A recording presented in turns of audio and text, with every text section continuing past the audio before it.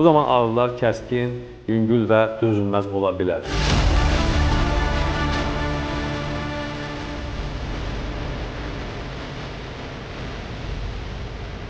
Diqqətli olmaq lazımdır. Yəni kəskin ağrı olduqda mütləq həkimə müraciət etmək, təcili yardım çağırmaq lazımdır.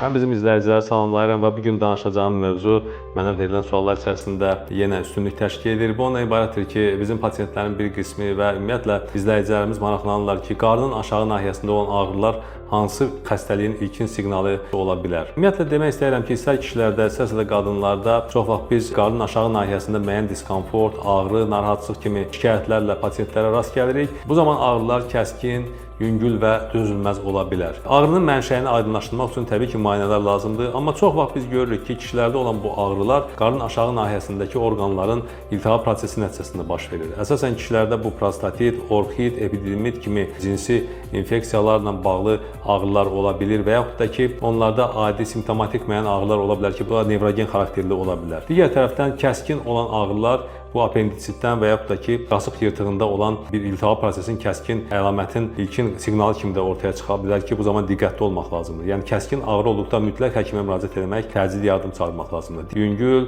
dözülən ağrılar olduqda isə mütəxəssisə müraciət edib bunun kökünü araşdırmaq lazımdır.